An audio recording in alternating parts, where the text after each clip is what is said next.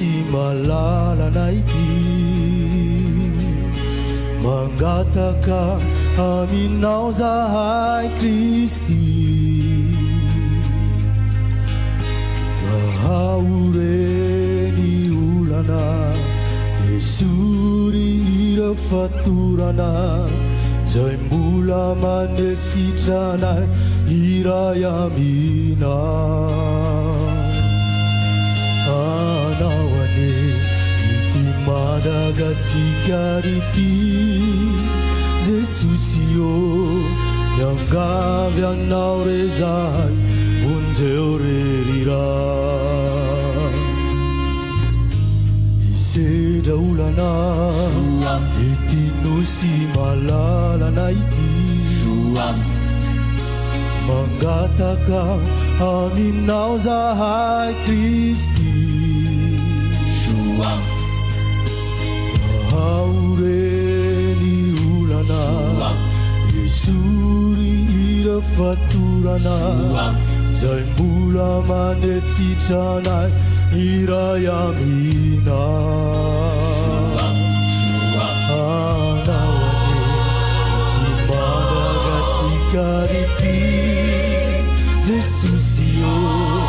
miangavy anao re zahay vonjeo rerira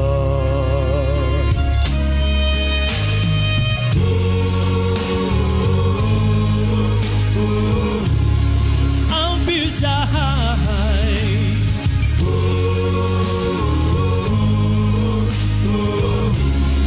tuririray aminao anatiny sa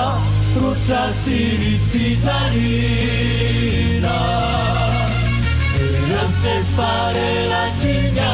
disipahunianiza Manjaka tukunya salisata nasili haratina Ugitunare mamela itinusina